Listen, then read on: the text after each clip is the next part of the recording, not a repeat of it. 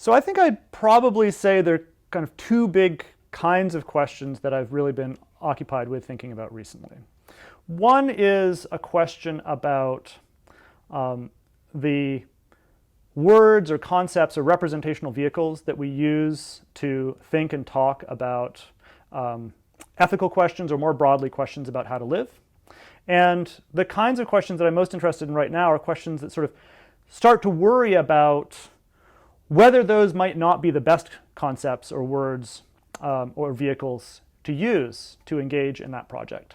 And so that's a kind of strange thought. You can think of it maybe in the context of the history of philosophy. You can think of Nietzsche's genealogical critique of morality. You might think one upshot of that critique is maybe you should stop trying to guide your life using moral concepts. And you might think just more generally, there's this kind of space of questions which often hasn't been very clearly posed in sort of mainstream contemporary philosophy about what would it be for one evaluative or normative concept to be better than another, and how can we even ask these questions, and if we can ask them, how can we go about answering them? So that's one of the big themes that I'm really excited about thinking about recently.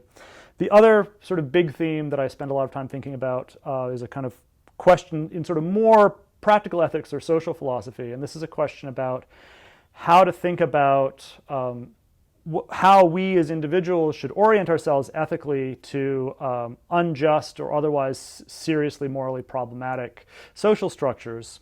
I'm thinking about things like racism and sexism, but also the kinds of social structures that are leading to anthropogenic climate change, these sorts of things.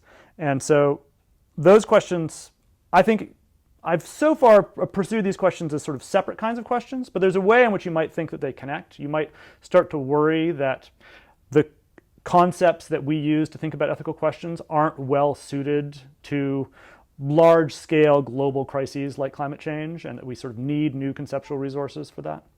So that's kind of two big themes in my contemporary work.